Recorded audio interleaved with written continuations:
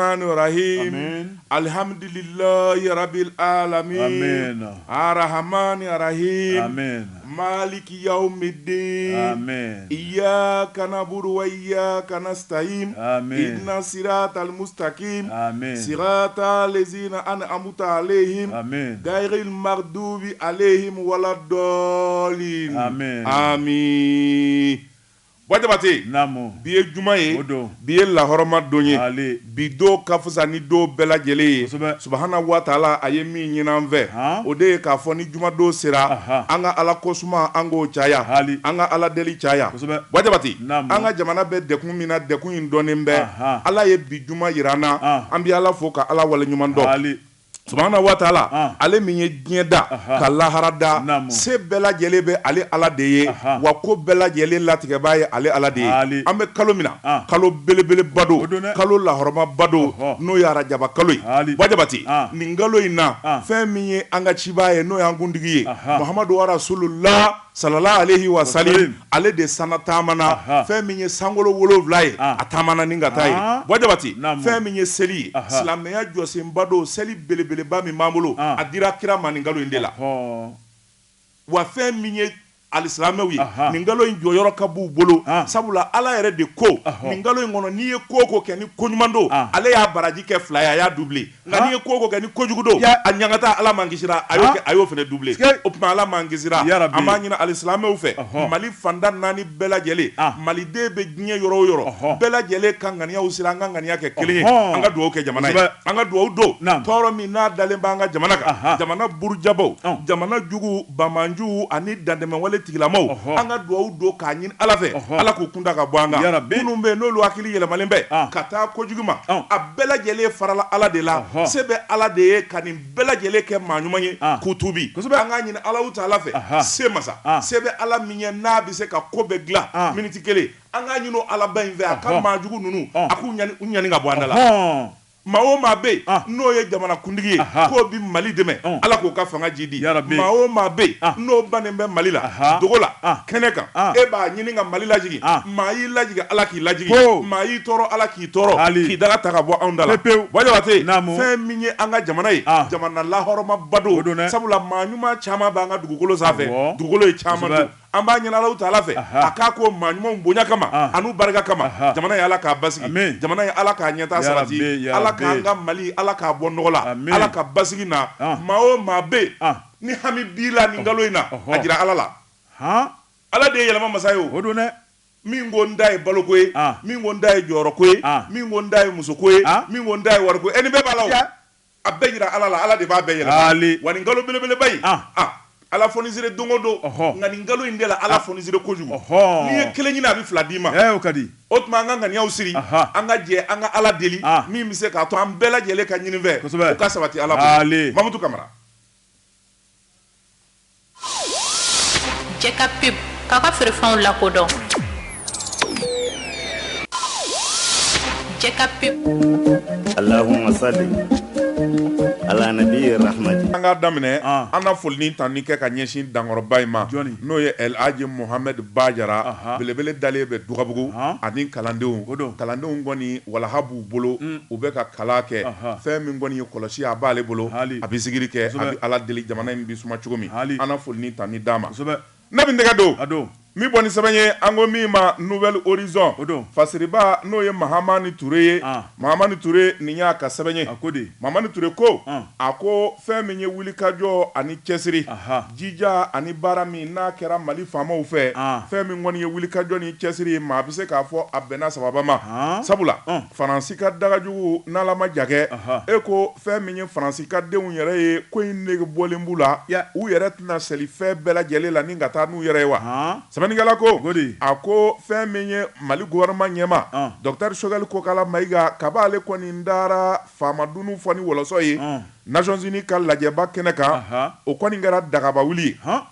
Sabanigala ko Godi. Mali t'a fɔ a dɔnna o bɛɛ tubabu jamanaw fɛ o tuma fɛn min kɔni ye bɛnka ani wulikajɔ minnu kɛra o tun tɛ dɔwɛrɛ ye fɛn min ye cɛmancɛla fanga ye gɛrɛndɛ bɛ se ka sigi u la cogo min na ni k'u ɲɔngiri Sabanigala ko a ko fɛn min ye Mali faamaw ye u sɔmi ka jan sabula wulikajɔ ni cɛsiri ani banba min kan ka kɛ u y'o de daminɛ o wulikajɔ n'o cɛsiri n'o banba de kɛra sababu ye fɛn min kɔni ye u ka hakilinaw ye u ka faamuya joona dɛmɛbaw ka sɔrɔ min bɛ se ka kɛ sababu ye fɛn min ye Mali ye ni janfabaw nana don min an b'a mɛri yɔrɔ sɔrɔ Sabanigala ko a ko n'i y'a ta k'a lajɛ fɛn min ye Mali a kɔni a kɛlen bɛ ka gɛrɛndɛ min siri Faransi kan gɛrɛndɛ in fɛn min y'a dɛgɛ y'a sisi bi bɔ karatɔ da koyi sabula fɛn min kɔni ye Faransi ye ale kɔni y'a dɔn k'a fɔ bɛɛ tile tɛ ani Mali cɛ ambassadeur gɛnna minisiri minnu bɛ yen n'o bɛ kuma Faransi tɔ la ani Mali minisiri ŋana minnu bɛ yen n'olu bɛ kuma fɛn min kɔni ye i ye nin gɛnna n bɛ nin k'i la o de daminɛna o ko min ma tubabukan na réciprocité Sabanigala ko ni Faransi ko an ma giw an yɛrɛ b'a kɛ Faransi la giw an bɛɛ de ye kelen ye Sabanigala ko Faransi kɔni y'a dɔn sa k'a fɔ kolonɛli cɛ 5 min kɔni bɛ fanga na ni ne m'an golo gɛlɛya ni ka taa fan ɲini u laban u bɛna malo ni k'an sigi malo kɛnɛ kan o kama fɛn min ye Faransikaw ye olu de nana ka na jateminɛ kɛ fɛn min ye u ka sɔrɔdasi jɛkulu minnu b'an ka jamana kɔnɔ dɔɔni sɔrɔdasi ninnu bi salo cogo min ka taa jamana wɛrɛ jamana min n'o kofɔlen bɛ k'a fɔ u bi taa ye Niger Mohamed Bazoum ale ka jamana don sabula fɛn min ye Mohamed Bazoum ye maa caman kɔni y'a jira k'a fɔ Faransi teri don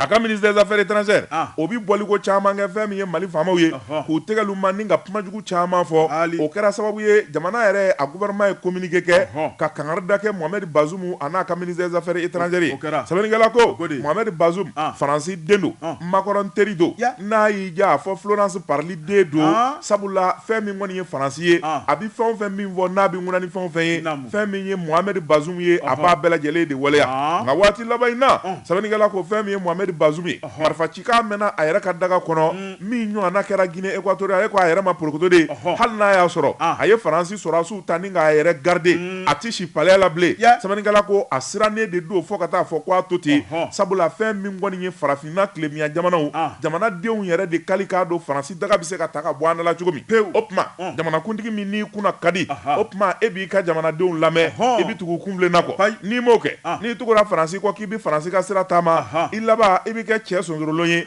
sabula ni misi y'a pa biriba kunna i to a de ye cɛ sonsorolon ye Sabanigala ko Burukina bɛ u ka masakɛ Marc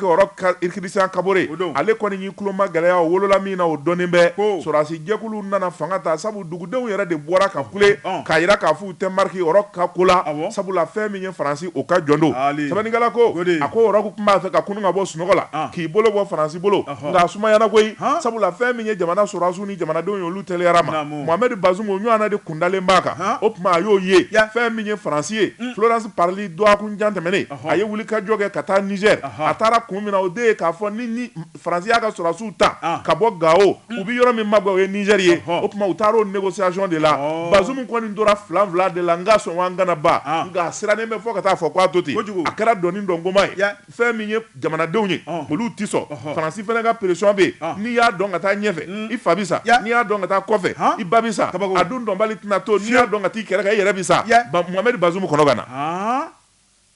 ana kelen ta o Sabanigala ko a ko n'i y'a ta k'a lajɛ fɛn min ye Niger jamana a jamanadenw fana kɔkɔmalen don sabula fɛn min ye Faransi sɔrɔdasiw u ye minɛn minnu donni ka bɔ Côte d'Ivoire ka na Burukina ka tila k'a donni ka segin Niger ni ka Mali magɛn n'a ye nin bɛɛ lajɛlen kɛra dagaba wuli de ye Niger jamana kan a ma diya jamanadenw ye fɛs Mohamed Bazoum n'a ka kekun Faransi kɔni kɛlen bɛ k'a ka force takuba a n'a ka sɔrɔdasiw tali min kɛ ka ɲɛsin Niger ma kojugu da bɛɛ lajɛlen de don n'a sɔnna bɛɛ a bɛ jigin a dingɛ kɔnɔ kɔlɔsilikɛla dɔw bɛ minnu kɔni ye kɔlɔsili olu kɔni y'a jira k'a fɔ Florence Parly ale kɔni dara nin jɛ in bɛ yen n'o ye Mohamed Bazoum ye min bɛ se k'a to hakilinaw ka kɛ kelen ye nka bɛn ma se ka kɛ Sabanigala ko an bɛ don minɛ ko bi Mohamed Bazoum ko ka waati d'a ma ko a b'a miiri waati di an ka miiri dɔwɛrɛ tɛ koyi a b'a dɔn k'a fɔ Faransi taalen fɛ kara de don o tuma n'a ye dayɛlɛ bɛɛ Faransi ka don a bɛ se k'i sigi n'a ye kalo damadɔ de b'a bolo a yɛrɛ ka fanga bi dafiri kunnafoni bɛ nin ye an ye min salo ka bɔ Nouvelle Horizon kɔnɔ a ka bi bolo la Jeune Seydou tan ni ka segin bana o tɛ maa to ne bɛ n tigɛ don indépendant fasiriba n'o ye Mohamed Aïdara min ye ayiwa fasiriba Musa Saon Kamara Yoni Seydou Musa Saon Kamara indépendant kɔnɔ a ko hali bi an ka to sira tɔ guwan min ye révision de la charte de la transition Yoni Seydou a baara bɛna boloda fasiriba ko kabini min kalo n'o ye février kalo ye Yoni Seydou i b'a ye k'a fɔ a tile 4 min ye jamana masakɛ ye a ye baara ninnu dɔn colonel Assimi Goïta Yoni Seydou a ye wele bila joona joona min ye jamana gouvernement ye a ye na an ka sigi k'a fɔ kɛ an ka kow lajɛ sabu fanga min n'an sigilen b'a la fanga in ka ɲi ka kun cɛ février kalo tile 27 i yan'o cɛ hakilina kura taabolo kura dabali kura an ka bɛnw ka ni k'o bolo da janko malidenw an bɛ se ka jɛ k'an bolo di ɲɔgɔn ma cogo min na min ye communauté internationale ye Yoni Seydou hali bi u ka danaya n'u ka bonya u ka se ka to faso Maliba kan fasiriba ko min ye colonel Assimi Goïta ale sigilen bɛ fanga min na o kuma o bolodara mai kalo san 2021 Yoni Seydou k'a daminɛ don kana bila bi la Mali jamana kuntigi do fasiriba ko min ye bandaw ale gɛnnen kɔ ka bɔ yen fasiriba ko hakilina kura min taara jamana gouvernement fɛ n'o ye conseil des ministres extraordinaire ye Yoni Seydou hakilina caman de taara min ye police territoriale ye o baaraw ka bila sen kan o filila députés u k'a lajɛ min ye charte de la transition ye ni k'a kɔnɔ ko k'a lajɛ sabu charte kan ka ban février kalo tile 27 fasiriba ko min ye député minnu bɛ yen Yoni Seydou hali ni maa ma kala t'aw ye nka jamana yɛrɛ ka hakilina kɔnɔna la bɛn de kɛra ko la min ye jɛrɛjɛkulu ɲɛmaw ye k'olu fara ɲɔgɔn kan olu bɛ kuma députés tɔgɔ la fasiriba ko olu mun bɛ maa 100 ni maa 21 na o kuma ko dɔ ka ɲi ka fara o kan fasiriba ko an bɛ don min na ko bi projet de loi minnu labɛnna ni k'a bila CNT cɛbaw ɲɛkɔrɔ Yoni Seydou i tulo kɛrɛbɔsigi min ye transition ye Yoni Seydou ka yɛlɛma kura belebeleba don a ko la députés ka bɔ maa 100 ni 21 na ni k'a kɛ Mali député yɛrɛ nombre ye dɛ n'o ye maa 100 ani maa 47 fasiriba ko kun tɛ dɔwɛrɛ ye min ye furukufuruku ni bɛnbaliya mun bɛ yen bɛɛ lajɛlen ka maa ka yala fasiriba ko n'o kɛra o bɛ kɛ sababu ye ni ka jisuma dɔɔni kɛ kɛlɛ la sabu samasamani mun bɛ jamana in kɔnɔ a min ye i bɛnkɛbagari togola ɲumangana a ye jɔnni don bɛɛ da a banna nin y'o ko in sira ye dɛ dɔɔni ne bɛnkɛ ye tiɲɛ fɔ a ko Bubey kalafili banna maa ma gagné maa ma perdre jamana de perdira a ye jamana de gagné jɔnni don bɛɛ da mankan min ba sisan minnu bɛ mankan ji la ko dunda ko don a ye jɔni n'o bɛɛ da i bɛnkɛ in a bɛ yeli kɛ dɛ bɛnkɛ ma kalan bɛrɛ kɛ nka bɛnkɛ bɛ ko dɔn a bɛ yeli kɛ c'est un fait stratégique a bɛ yeli kɛ kojugu awɔ Yoni Seydou wa min y'a ko diya n ye wa jumɛn a ko a ti maa ka opposition na ale ti taa fanga si contre la ko fanga bɛ yɔrɔ min na fila bɛ fanga na fanga ni maa ye fila ye yɛrɛsɛgɛ kɔni don yɛrɛsɛgɛ don dɛ a ko a tɛ maa si ka opposition na ko Sɛnɛkɛla bɛ mun opposition kɛ i ka laɲini tɛna sabati siɲɛna fu falaki a ko cikɛla ti maa si ka opposition na a jo dɛ ale bɛ min dɔn a ka daba ye a jo Yoni Seydou fasiriba n'o ye Musa Saon Kamara a y'a yira k'a fɔ députés kɔni bɛna dafa maa 100 ni maa 47 la Yoni Seydou ma tɛmɛ ka bɔ yen min ye sariya u bɛna ta sabu an ka ministre tun ye maa 25 ye o tuma o fana bɛna nkalon ka bɔ yen ni ka dɔ fara o kan ni ka maa caman fara gouvernement kan fasiriba ko o fana ma tɛmɛ ka bɔ yen min ye poste vice président min ye colonel Assimi Goïta ale min kɛra jamana kuntigi ye sabu ale tun ye vice président ye o poste in o bɛna tigɛ ka bɔ yen ni k'o bila kɛrɛfɛ fasiriba ko min ye transition ye k'o bila kɛrɛfɛ pentenkelen kɔni o y'o bannen pewu ne bi yan koyi kɛ mun ye vice président Sogokan mun Sogokan e m'a ko a poste langolo bɛ yan pewu a langolo min bɛ yen a bɛna tigɛ k'a fili kɛrɛfɛ k'a bɔ a la o man ɲi u ka ne bila yen vice président maa min tun bɛ yen o kɛra président ye ka ban jamana mago t'o la bilen u k'an kɛ vice président ye sa e ka to i ka baara la yan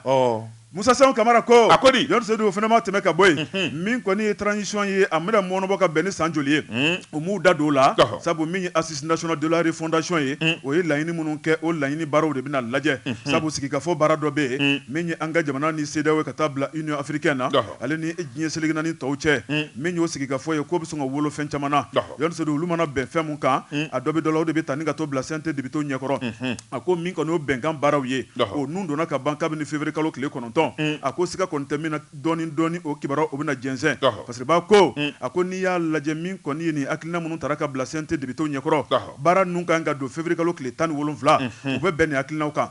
nka min kɔni bɛ yen k'o fɔ malidenw ye yɛrɛjɛkulu dɔ bɛ an ka jamana kɔnɔ an bɛ don min na kabi n'o ye cadre d'échange ye Yoni Seydou min kɔni wuli ka jɔ belebeleba olu y'o boloda k'u ka lajɛ kɛ k'u ka hakilinaw kɛ k'a yira k'a fɔ ko hakilina mun taara min ye jamanakuntigi fɛ u t'a fɛ bi u t'a fɛ sini ni min ye février kalo tile 27 Yɔrɔ Seydou n'o kɔni tile binna i b'a ye k'a fɔ hakilina kura kɔni bɛ ta jamana in kɔnɔ sabu min kɔni wasadenw ye k'u ka fanga banna min kɔni ye CNT kura ye o tuma k'o de kan ka boloda ni kalafili kura ma se ka labɛn n'o ye sabu k'u ɲɛ bɛ fiɲɛ taabolo la ko kalafili tɛna se ka kɛ Fasiriba ko min ye cadre d'échange maaw ye u sigilen bɛ fɛn jumɛn kan u bolomadalen bɛ fɛn jumɛn kan min ye février kalo tile 27 tɛmɛnen kɔfɛ mun ni mun de bɛna bolo dun fɛsa jamana in kɔnɔ kuma bɛ di kunnafoni filɛ nin ye an ye min bɔ indépendant kan Musa Sango Kamara ale ka sɛbɛnni don Bajabate indépendant an b'u fo ne bɛ n tɛgɛ don ka bɔ ni sɛbɛn ye an ko min ma Cikan Fasiriba n'o ye M Dolo ye nin y'a ka sɛbɛn ye M Dolo ko fɛn min ye Mali armée wulikajɔ ni cɛsiri don o don wulikajɔ kura don o don sekura fɛn min ye kɛlɛcɛw ye colonel Sadio Kamara n'a ka cɛdenw nin kɔni nada tariku la sabula fɛn min ye kɛlɛbolo min wulilen bɛ k'a ɲɛmaya di an ka sɔrɔdasi cɛŋanaw ma Mali armée bɛɛ lajɛlen u kɛlen bɛ ka fangaba de sɔrɔ ani sanayɛlɛ colonel Asimi Goita jamanakuntigi a ye nafolo don minɛn minnu na a ye ordre minnu di k'a fɔ nin ka kɛ ordre kɔni bɛ ka bato don o don wa jamanadenw bɛ k'a jɔyɔrɔ ye dugu dɔ bɛ Moti mara la ko min ma Marebugu ale bɛ jɛnɛ cercle kɔnɔna na fɛn min ye Mali sɔrɔdasiw ye k'u cunna ye u cunna ye sɛbɛnnikɛla ko fɛn min ye jɛnɛ cercle nin dugu in kɔni Bamanju kɔni kɛlen bɛ ka dagakisɛ bilen de sigi u da la fɛn min ye embargo ye Marebugukaw sɛgɛnna u tɔɔrɔla a n'a lamini dugumisɛn fɛn fɛn bɛ yen diɲɛ don o don Bamanju kɔni bɛ dantɛmɛwale la u nana sariya sigi i muso t'i ta ye i den t'i ta ye i bolola nafolo kɛrɛfɛ tɛ wa taa ni ka segin yɛrɛ o yamaruya t'i bolo ni i filila k'a yɔrɔ janya i ka so la o y'a sɔrɔ i mugu ci la sɛbɛnnikɛla ko waati o waati n'u kɔndana u bɛ don dugu kɔnɔ hakɛ min ka d'u ye o b'o faa ka tɛmɛ sɛbɛnnikɛla ko an bɛ don min na ko bi fɛn min y'o ye o banna sabula Mali sɔrɔdasiw fanga kura min fiyɛlen b'u la minɛn minnu sanna ani an ka jamana a ye wulikajɔ kura ani fɛɛrɛ kura minnu tigɛ o bɛnnen bɛ sababa ma fɛn min ye Mali sɔrɔdasiw ye cɛminɛnw ani fɛn min ye ŋanabaw olu de jara ɲɔgɔn kan février kalo tile 3 fɛn min ye Marebugukaw ye waati min u bɛ sunɔgɔ la gidiw gadaw fɛn min kɔni ye sɔrɔdasiw ye u cunna Bamanji bɛ yɔrɔ o yɔrɔ u y'u yaara ka taa k'u yaara ka segin sɛbɛnnikɛla ko yangadi ni yen ye fɛn min ye Bamanju ye tasuma donn'u la da de yɛlɛla u kɛlen bɛ ka mini don yɔrɔ fɛn o fɛn na Mali sɔrɔdasiw ye mini bɛɛ lajɛlen sauté ni ka n'u kɛ Marebugu dugu kɔnɔ fɔdaw sɛbɛnnikɛla k'u bololankolon mana balo dumuni dɛmɛ da la donfɛnw furaw u donna n'o ye ka n'o di dugudenw ma wa ka tila k'a f'u ye a y'aw hakili sigi an bɛ taa labɛnkura kɛ ka na tile 5 o taalen kɔfɛ u tilara tuguni k'u labɛn kununko ani kunasinigo Mali sɔrɔdasiw yɛrɛ dafalen camion a n'a sɔrɔdasiw n'u ka minɛnw u bi ɲɔgɔn nɔfɛ gagagagagaga u nana ka na Marebugu fin sɔrɔdasi la sɛbɛnnikɛla ko Bamanji misɛnnin minnu bɛ yen o kɔni tɔ minnu bɛ yen u y'o de salo sa u ko min ma tubabukan na k'u neutraliser sɛbɛnnikɛla ko o de kɛra a ko n'i y'a ta k'a lajɛ fɛn min kɔni ye mugu ni kisɛ ye o dasira fan bɛɛ lajɛlen fɛ nka sani sɔrɔdasiw kana tile 5 donsow fɛnɛ olu ye wulikajɔba de kɛ ni k'u jeni yɔrɔ fin mugu ni kisɛ giriw donsow kɔni u y'u jɔyɔrɔ de fin min bɛ se ka to dugudenw bɛ se ka lakana an bɛ don min na ko bi fɛn min ye Bamanji wale tigilamaw ye terroriste jugu ninnu an bɛ don min na ko bi u bɛɛ lajɛlen de bɛ k'u ta yɔrɔ ɲini e ko dɔw yɛrɛ ma kɔ tigɛ u sen la wa sɛbɛnnikɛla ko fɛn min ye Mali sɔrɔdasiw ye u taara dɔw minɛ kɔ dankun na i kɛlen ka kɔ tigɛ a kɛli kɔnɔ k'i bɛ dan kɛ k'i minɛ dɔrɔn kɔ kankun na k'i kunkolo tɔtɔ k'a tɔtɔ sɛbɛnnikɛla ko u y'o de kɛ fɛn min kɔni ye Marebugu ye a sumalen bɛ a ko n'i y'a ta k'a lajɛ Mali armée kɔni an bɛ se k'an disi gosi n'a ye Modibo Keita a ka armée général Ablaye Sumare ka armée Ala ma hinɛna Kafuna Konena u ka armée Saka Kone olu bɛ armée ba min fɔ lieutenant colonel Amadou Toumani Touré olu ka armée fɛn min ye Migi Dara Migi Daraw ka armée Allah armée Mali Mali armée kunungo armée bi armée a ko fɛn min ye Mali armée ye u ye nin sara bacɛ wa fɛn min ye Marebugu ye o dɔrɔn tɛ koyi Farabugu o kun kɛlen bɛ bɛɛ lajɛlen dara kuma ye tubabu radio tubabu teleso Facebook manu bɛɛ lajɛlen ko Farabugu dɔw yɛrɛ y'a da Asimi Goita la ko le commando de Farabugu an bɛ don min na ko bi Farabugu furala k'a jɛ passe Ala danko kɛ sa passe ala danko kɛ Mali sorodasiw farabugu furalen dɔrɔn tɛ koyi fɛn min kɔni ye balo ye dumuni ani fɛn min kɔni ye daro donfɛnw ye ani fura u taar'o yɛri farabugukaw kan sɛbɛnnikɛla k'u ma da o dɔrɔn ma sɔrɔdasiw bɛ fanda 4 bɛɛ lajɛlen fɛ bi k'a salo cogo min k'a salo ten a ko bamanjiw fɛn min kɔni ye tasuma ye a dalen b'u kan bi e ko dɔw kulusitigɛ u y'o dabila o Bomoji bila ni kulusitigɛ o tunna Bomoji ti bila u fɛ bilen kulusi senda ti tigɛ o dagadu la kulusi senda de bi fofu nɔfɛ sisan ka karavati siri o fɔr'u ye dɛ ko dɔw ye Georges ni Jeanne Jeannette da u yɛrɛ la kɛlɛ a ma se fɔlɔ hali bi a ma se dɔw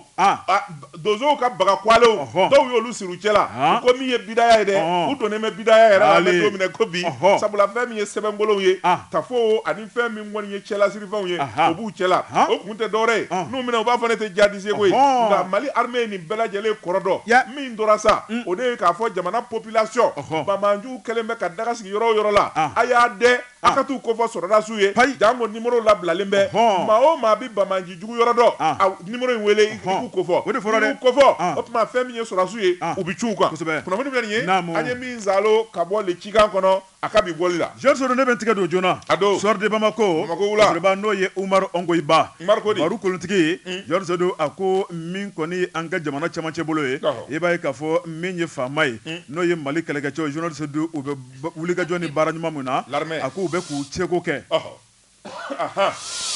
Jɛ ka pub k'a ka feerefɛnw lakodɔn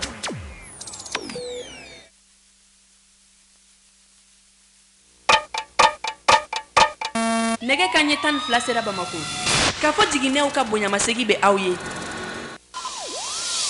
Jɛ ka pub k'a ka feerefɛnw lakodɔn Georges Fasiriba ko a ko an ka kɛlɛkɛcɛw u b'u seko n'u damayira bɛɛ lajɛlen na a ko o n'a ta o ta min ye tiɲɛnikɛlaw ye hali bi u ma fa ka ban koyi u b'u ka tiɲɛni jugu la u ka danaya wale cɛjugu Fasiriba ko min ye an ka jamana ye février kalo tile 9 Georges i b'a ye k'a fɔ k'u ye wulikajɔ dɔ kɛ wulikajɔ in min ye maa 3 ye k'o minɛ dugu dɔ la Fasiriba ko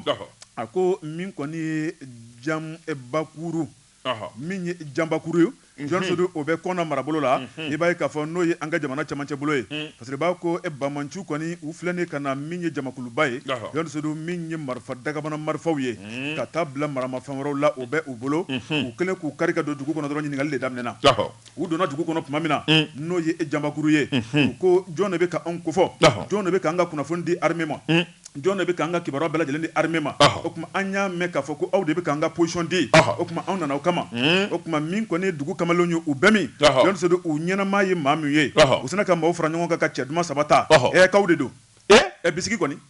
u sina ka bisigi kɛ ten ka baga ma ka sin ka bagaw ma ten Georges u ye kamalen gojo maa 3 salo ni ka o bila u kun ka taa n'u ye parce que b'a k'u bɔtɔla dugu kɔnɔ n'o ye kɔnɔ marabolo Dinbakuru ye Georges u filɛ ka minnu de don sira la parce que b'a ko o tuma u tatɔla ko ni maa min y'an yɔrɔ fɔ tuguni an mana u ka cɛ 3 minɛ bi dɛ o tuma n'an y'an yɔrɔ fɔ tuguni an bɛna dugu kuru ma ni bɛɛ lajɛlen ci ka ban u n'an kɔ parce que b'a ko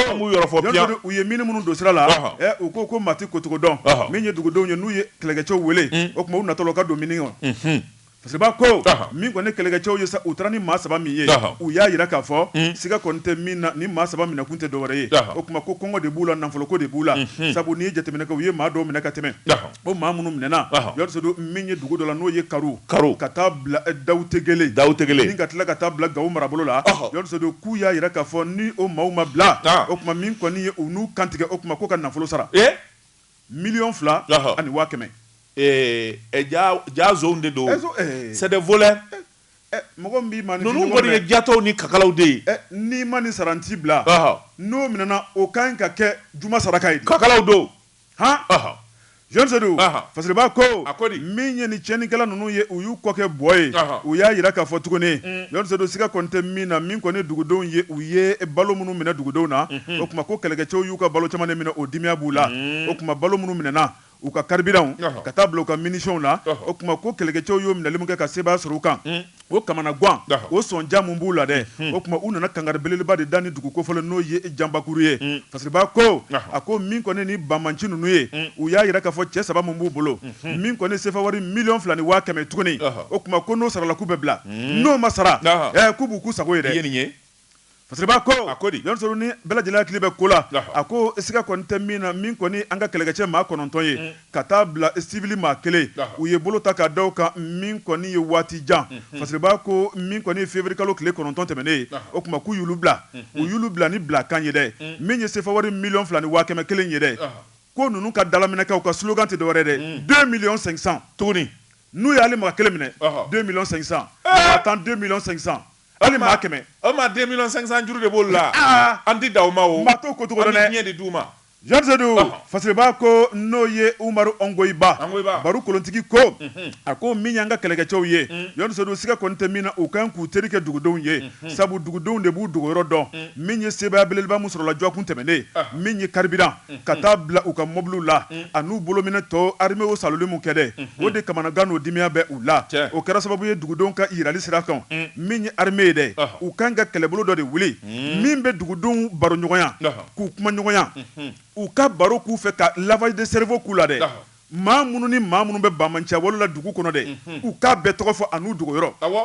olu de b'u yɔrɔ dɔn dɛ o de bɛ laban n'o dun ma kɛ an sago tɛ sɔrɔ dɛ Fasiriba ko a ko min kɔni an ka kɛlɛkɛcɛw ye u ye minijugu minnu don sira la ka taa min ye armée nalen k'u y'a bɛɛ bɔ tuguni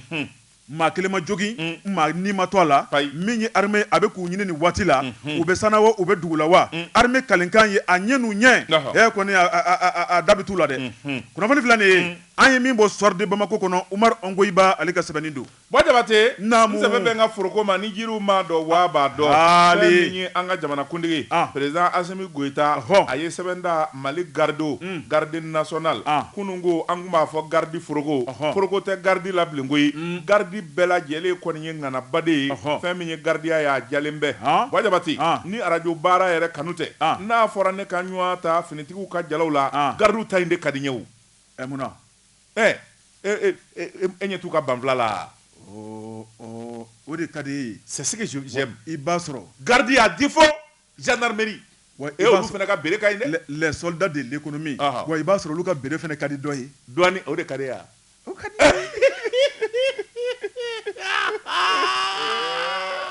a ɲi ta in faamu ne ko i b'a sɔrɔ ka di sapeur pompier ka bere ɲɛ fɔ dɔɔni i b'a sɔrɔ o ka di sapeur ka bere ka di dɔ ye o ka di dɔ ye prisonnier surveillant des prisons olu ka bere ka di dɔ ye musubu osoforo ka bere ka di dɔ ye a baasi tɛ babu ni arbo ka bere o ko ta bɛɛ ni min kanubaga don n'i ye min kanu o de ka di ye gardiw ta wala gendarmew ta bon ni fila de ka di ne ye awɔ berew cɛ ka ɲi surtout n'u y'a jigin o kunkolo kɛrɛnin na ka kamalemayani kɛ n'a ye ala teni teni ka di koyi wa teni bɛ cɛ belebele jamujan voilà teni bɛ cɛ belebele jamujan voilà nka e t'a la dɛ don min ye ministre de l'administration territoriale colonel Ablaye Mayiga don min y'a ye teni na o don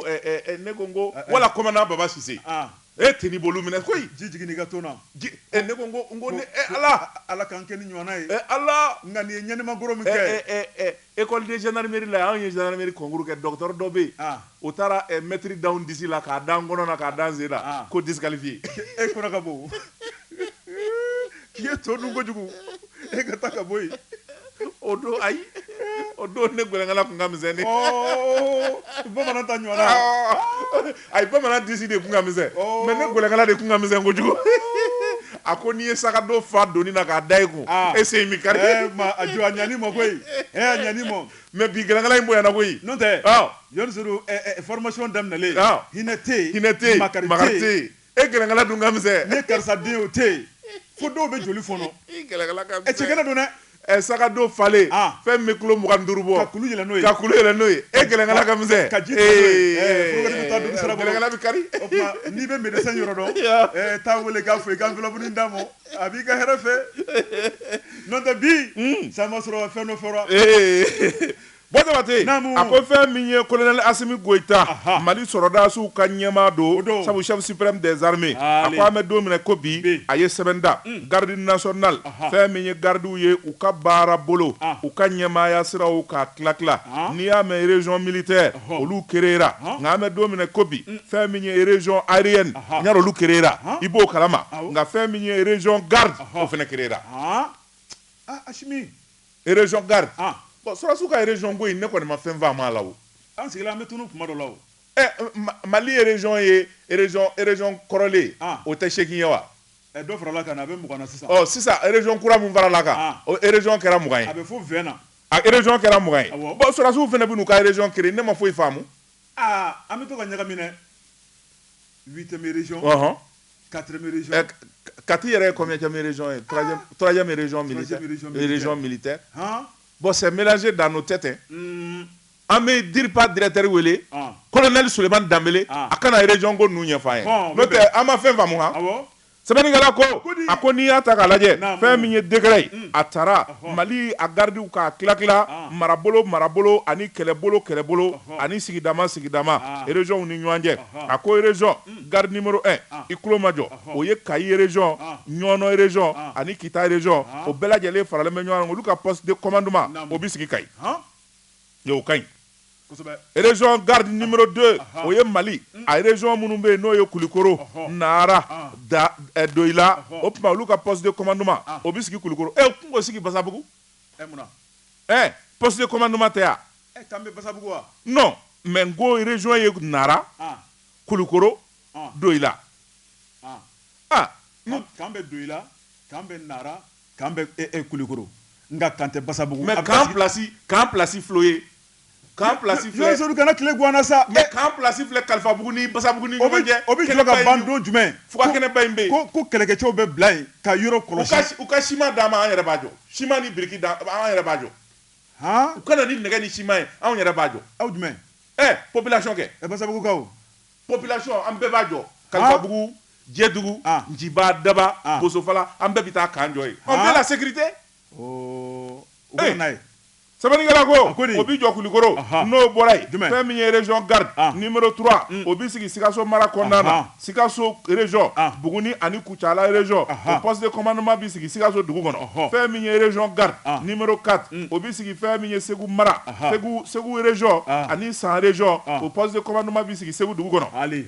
région garde numéro 5 o bɛ sigi fɛn min ye Moti mara kɔnɔna na Moti région Douaza région ani Badiangara région o bɛ sigi o de kunna o tuma fɛn min ye olu ka commandement o bɛ sigi Sevare région garde numéro 6 o bɛ sigi fɛn min ye région mun na o ye Tombouctou ani Taoudeni u ka poste de commandement bɛ sigi Tombouctou fɛ yen région garde 7 o ye fɛn min ye Gao marabolo Menaka u ka commandement bɛ sigi Gao région garde numéro 8 o bɛ sigi Kidal u ka poste de commandement Kidal région garde numéro 9 o bɛ sigi Bamako u ka poste de commandement o bɛ sigi Bamako ya a filɛ dɛ Bamako bilara kɔfɛ o la dɛ 9e région de garde Bamako a ko n'i y'a ta k'a lajɛ fɛn min kɔni ye nin kunnafoni ye min kɔni n'a cɛruna nin bɛna kɛ sababu ye gardiw ka baara u ka cɛsiri jamana lakana na an'u bɛ wuli ka jɔ min na fɛn min ye jamana sɔrɔdasi tɔw bɛɛ lajɛlen ka kɛ kelen ye o wuli ka jɔ in bɛna o de sabati sabula n'i y'a ta k'a lajɛ fɛn min ye région militaire kɔni sigisigilen don kɔɔri bɛɛ lajɛlen caman bɛ yen minnu b'u yɛrɛ sɔrɔ kɔrɔlenw kɔnɔ nka gardiw ta k'a cɛ tigɛ ka ɲɛ min ye gardiw ye u ka se ka girin u ka baara ka se ka kɛ ka ɲɛ jamanadenw ka lakana a ko fɛn min ye nin région ninnu ye u sigikun y'o ye gardiw ka baara bɛ se ka sabati cogoya min na kunnafoni filɛ nin ye an ye min zalo ka bɔ Nouvelle Horizon kɔnɔ Demba Konte ale ka fasiri don l'indépendant fasiriba n'o ye Mohamed Aidara Yɔrisodu Sirifukɛ a ko Mali a ye Danemark ka kɛlɛkɛcɛ minnu gɛn ka bɔ Takuba la Yɔrisodu a ko in bɛ fɛ ka kɛ sɛbɛ ye fasiriba ko a ko n'i y'a lajɛ Takuba ye Faransi ni a jɛɲɔgɔnw ka tɔn sigilen ye a ko tɔn in nakun tɛ dɔwɛrɛ ye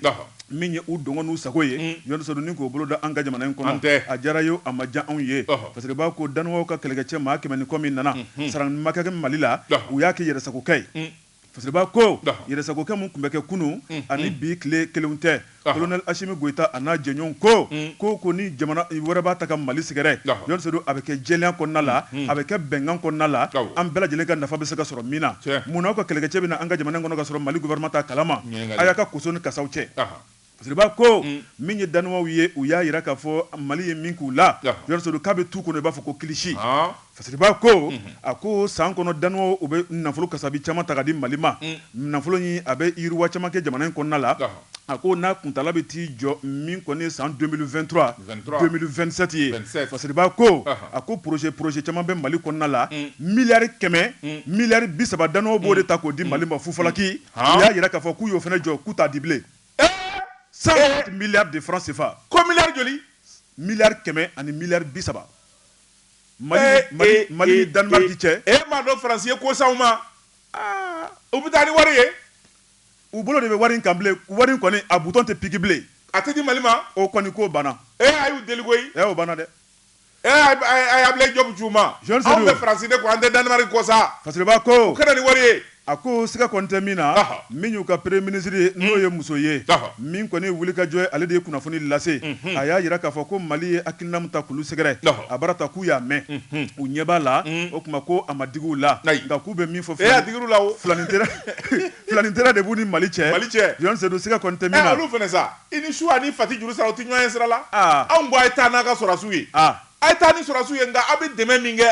sira wɛrɛw fɛ n'a ko a b'o tigɛ o tuma mun kɛra datigi bɛ kan na dɛ Yohane Seydou Mohamed Aidara ko a ko min ye Dano ka premier ministre ye a y'a yira k'a fɔ ne a ma ɲɛ k'a fɔ Mali sago b'a yɛrɛ la olu fana sago b'u yɛrɛ la sabu olu bɛ dɛmɛ min ta ka anw sɛgɛrɛ dɔwɛrɛ tɛ filanin teriya don o tuma dɔwɛrɛ tɛ hinɛ ni makari don o tuma n'a dun ma k'a fɔ ko anw ye sira datugu o tuma k'olu fana b'u kɔ don an na nafolodi la dɛ miliyari 100 ni miliyari 30 in n'u tun b'a ta k'a da an ma a ko siga kɔni tɛ min na min ye nafasɔrɔ sira caman bɛ jamana in kɔnɔ denmisɛnw ka baara ko décentralisation yiriwali ka taa bila min ye conseil régionaux ka baaraw la o tuma k'u ye u bolo da wari in kan k'a tɛ sɔrɔ bilen 130 milliards o tɛ manamana wari ye dɛ wa wari in kan ka di dɔɔni dɔɔni 2023 2027 wari taatɔ filɛ dɛ a taara kaban Yohane Seydou Fasiriba ko tako fila a ye frontière datugu Danemark kana bɔ ni wari ye tako fila Yohane Seydou Fasiriba ko n'o ye Mohamed Aidara ye Mohamed ko Dano tɛmɛnen kɔfɛ an bɛ dugawu de kɛ an bɛ wulikajɔ kura de kɛ Mali n'a dɛmɛbaga wɛrɛ minnu bɛ yen yaasa olu kana Dano ladege dɛ min ye nansaraw ye a bara ta k'u b'u ɲɛmada ɲɔgɔn ma dɛ Ala bɛ yen Fasiriba ko u ka taa n'a ye Yohane Seydou min ye Mali budget ye n'o ye miliyari 2,000 nin ko in ye a ko nafolo min bɛ kɔfɛ ka don jamana kɔnɔ k'o de dagosi ka bon ni bɛɛ y'a kɛ Dano ta ɲɔgɔnna ye ko jamana in k'an bɛ jigin dɛ an tɛ jigin Ala bɛ yen sa u ka taa n'a ye ko bi Mali kɔni jigi dingɛ na ka na ni wari ye ka condition da wari kan k'anw jigi dingɛ na an jɛ n'a kɔ Dano ka taa n'u ka wari ye an t'a fɛ bi an t'a fɛ sini hakɛ bɛ gɛlɛya fana na dɛ n ko an b'a kun awɔ Yohane Seydou Fasiriba ko a ko min ye nansaraw ye u bɛ k'u ɲi ɲimi k'u dimine bɛ an kɔrɔ u dabali bannen don min ye Mali ni nansaraw ye an cɛ jɛɲɔgɔnya a bɛ ka jigin dɔɔni dɔɔni Fasiriba ko min kɔni ye jamana wɛrɛ ye ko siga kɔni tɛ min na an k'an sigi o kan dɛ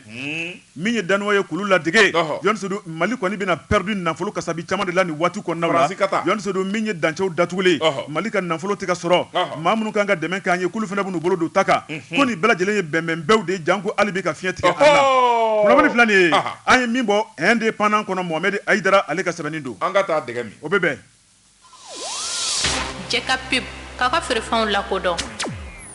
sani an k'a daminɛ kokura an na foli ni tanuni di arajo jamana motikaw fɛ yen fɛn min ye a ɲɛmaba n'o ye baro kolondigi ye an bɛ foli ni tanuni d'a ma a kelen tɛ fɛn min ye arajo baarakɛlaw ye arajo jamana lamɛnnen don yɔrɔ o yɔrɔ la an bɛ bɛɛ lajɛlen fo nin waati in na wajabati u sɔgɔlen banna sanga ni waati jamu bɛɛ bɛ tɛmɛ hali an ka mandiyaw u bɛɛ bɛ tɛmɛ arajo jamana moti awɔ Badabade ne bɛ n tɛgɛ don min bɔ ni sɛbɛn ye an ko min ma info matin Fasiriba n'o ye Modibo Kone ye nin y'a ka sɛbɛn ye Modibo Kone ko a ko fɛn min ye wulikajɔ ni cɛsiri jɛkulu dɔ bɛ Wɛzɛndugukaw fɛ yen n'o ye Manden commune ye u wililen bɛ u ko min ma Sido maw olu kɔni ko fɛn min ye bingani ani kɛnɛ karaba min dalen bɛ ka ɲɛsin u ka espace public ma u n'a fu siri o dan na jɛkulu ɲɛmaw n'o ye a président ye Bubakari Tangara ka fara Maître Amidou Maïga kan olu de ye wulikajɔ kɛ fɛn min ye nin sigi ye ni k'a kɛ sɛbɛnnikɛla ko a ko n'i y'a ta k'a lajɛ fɛn min ye Wɛzɛnbugu ye Wɛzɛnbugu kɔni buguda tɛ bilen duguba don sabula a bɛ Bamako yɛrɛ de cɛ masako ye a kɔfɛ a bɛɛ lajɛlen de kɛra so ye ani dugu ye ani sigiyɔrɔ ye sɛbɛnnikɛla ko Wɛzɛnbugu sigiyɔrɔ ko kɛlen bɛ gɛlɛya ye o kama fɛn min kɔni ye wɛzɛmugu sigi a n'a mara kɛbaw ye maa dɔw de bɛ minnu kɛlen bɛ ka jamana a yɔrɔ minnu bila k'a fɔ o na kɛ foroba yɔrɔw jɔyɔrɔ ye wala o na kɛ foroba kɛnɛw ye wala o na kɛ lafiya yɔrɔ ye maa dɔw kɔni ɲɛ tinɛ u b'o bɛɛ lajɛlen bosonin k'o feere sɛbɛnnikɛla ko wɛnzɛn commune rurale du Mande a belebeleba lycée public kelen tɛ CCRF tɛ CAP tɛ musow ka so tɛ service social tɛ protection civile tɛ foyi tɛ o kɔni o ye dugu kulukutu de ye u y'a bɛɛ dun sɛbɛnnikɛla ko a ko fɛn kelen min bɛ yen ni maa b'i jigi sigi n'o ye gendarmerie sɛbɛnnikɛla ko an bɛ don min na ko bi o dɔrɔn tɛ dugu taa ɲɛ sabula fɛn ɲɛnama camanbaden de kan ka kɛ sigida la min bɛ sigida taa ɲɛ a ko fɛn min kɔni ye lɛtiri ye u y'o ci lɛtiri kɔni dira ministère des affaires foncières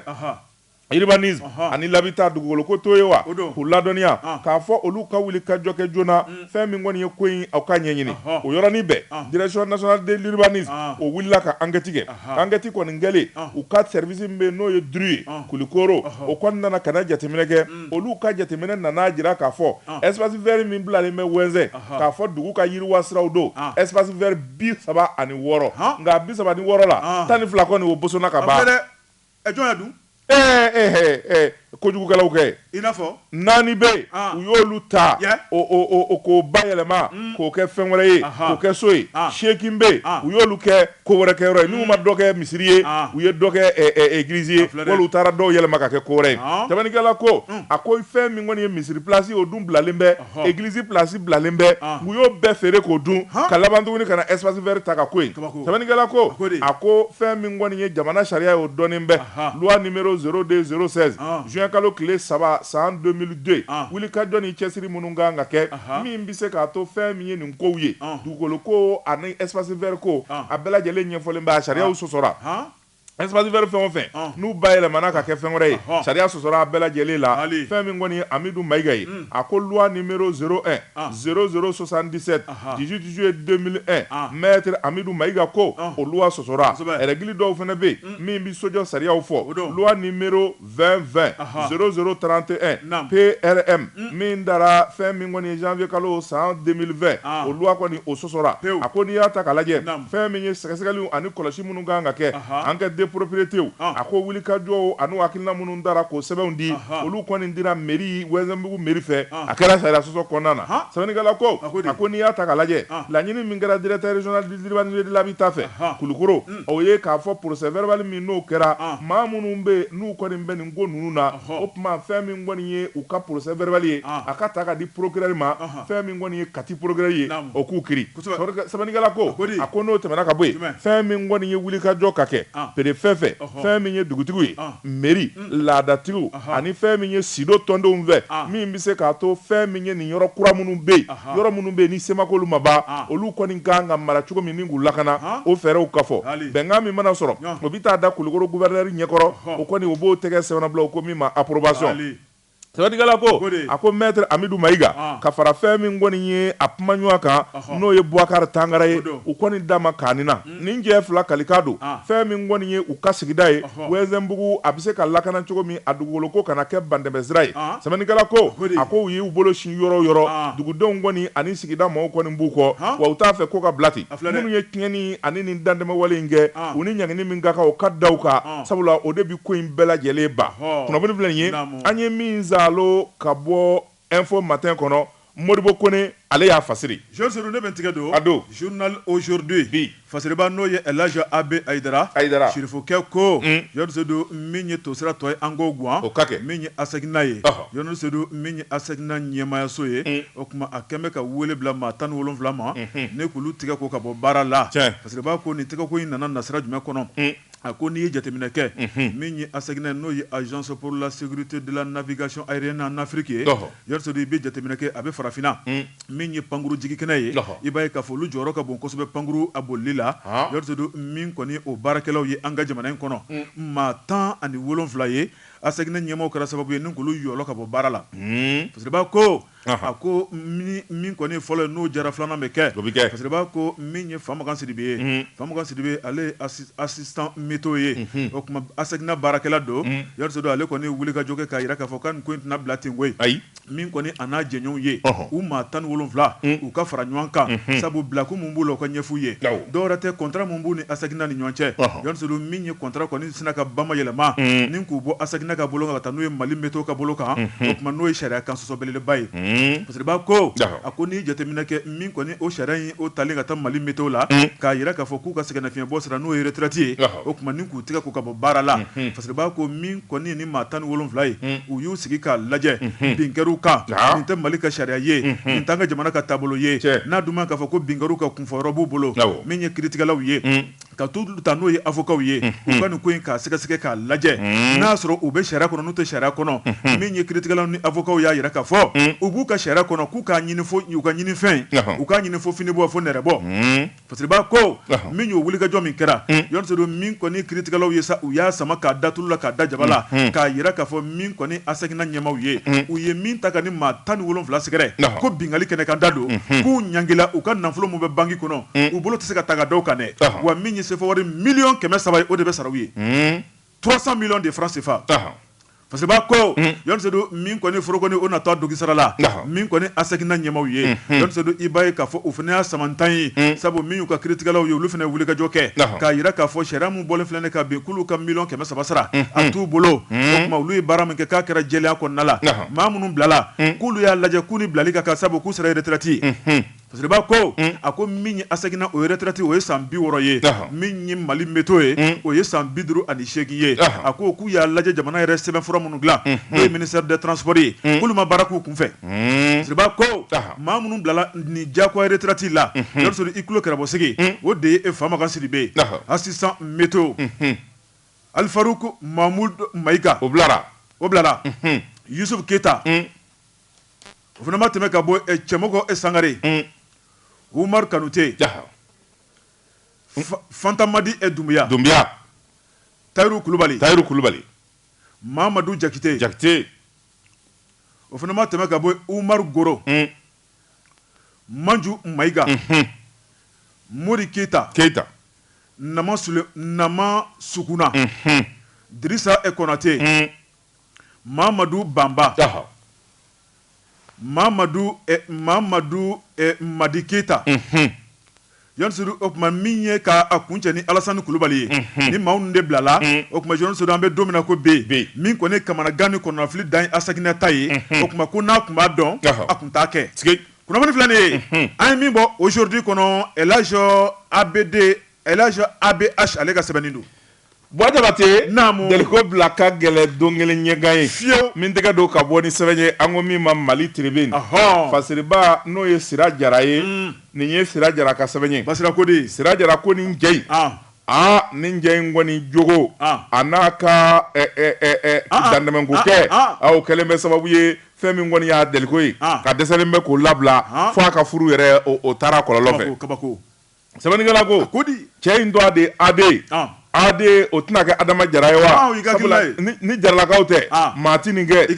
Ade ye kamalen biɲɛkɛnɛ ye kamalen min kɔni n'a si sera furu y'a balikuyara sɛbɛnnikɛla ko fɛn min kɔni Ade ye a nana woro bɔ npogotigi canaja dɔ nɔfɛ nka Ade kɔni n'o ye Jarakɛ ye Jarakɛ kɔni diyaɲɛ ko a n'a delina ko ye min ye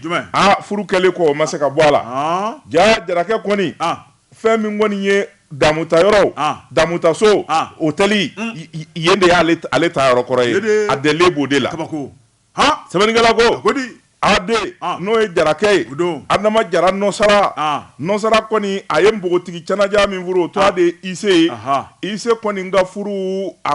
donna furu donnen fɛn min ye denbaw ye uniforme jeliw bɛ yan fɛ Baba ni Ngɔnɛ bɛ yan fɛ fɛn min Ablaye Jabatew ye Nayini Jabate Saki Jabate Kalajula Sangoyi i Fakayi i Bakayi fɛn min kɔni i mariera bɛɛ lajɛlen dunu ni bala Nzamɛ kɔni tɔma t'o la bɛɛ lajɛlen kɔni ndari ta fa Tayiru y'u ta sɔrɔ jeliw y'u ta sɔrɔ fɛn min kɔni ye taxitigiw ani katakatanintigiw ani telimanitigiw bɛɛ lajɛlen ko tabarikala kɔɲɔ jara jara a ko fɛn min kɔni ye kɔɲɔkɛ ni kɔɲɔmuso ye u nan'u don kɔɲɔso la kɔɲɔkɛ ni kɔɲɔmuso donnen mayabaga kɔni waati min n'o dalen bɛ ko yɛrɛ sɛgɛnnen k'a b'i sɛgɛ lafiɲɛ kɔɲɔkɛ sina ka mobili labɔ ten ani kɔɲɔmuso ko an bɛ taa ka na u fila bɛ yan u fila kɔɲɔso kɔnɔ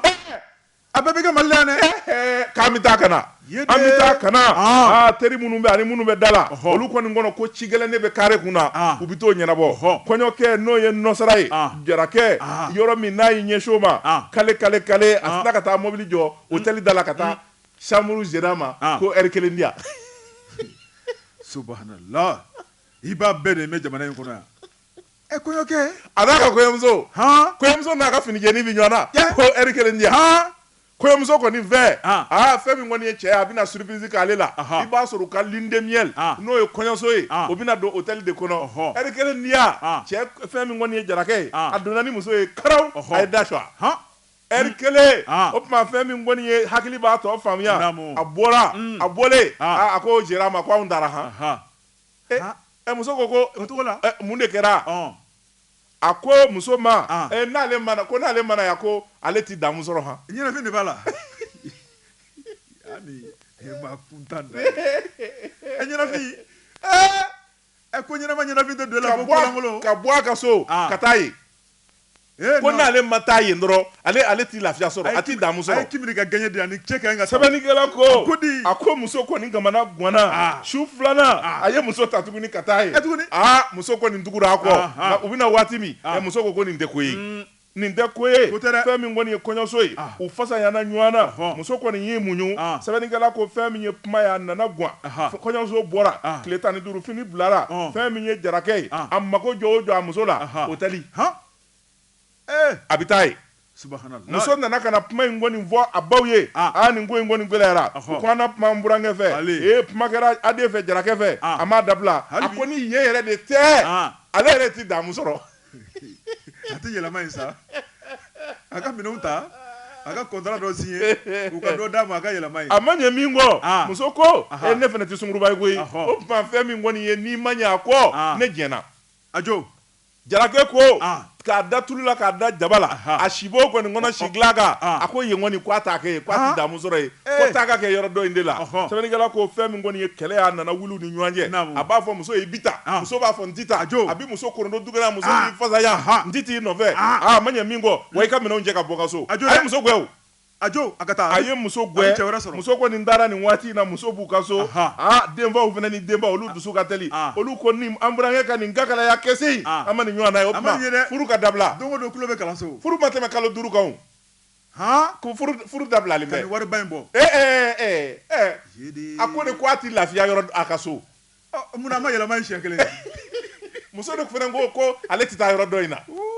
yala ɲamina nin ye ko ye dɛ kunnafoni filɛ nin ye an ye min zalo ka bɔ Mali tribune kɔnɔ a ka bi bɔli la ni maa ninnu i b'a bɛɛ de mɛn Bamakɔ sigi kɔnɔ yan maa sugu bɛɛ de bɛ yan i ka so kura k'i bɛ i ka so kura la fɔ yɔrɔ dɔ in wa a bɛ taa wari de sara dugumana ta sɔnkɔrɔ da bɔ delina de don waliden tiɲɛnen filɛ nin ye waliden tiɲɛna hali muso wɛrɛ min bɛ na nin kɔfɛ a bɛɛ o kelen don dɛ maa o maa ko nin n'i ti taa yen fɛ jarakɛ t'i furu dɛ ale na to cɛgɛnna la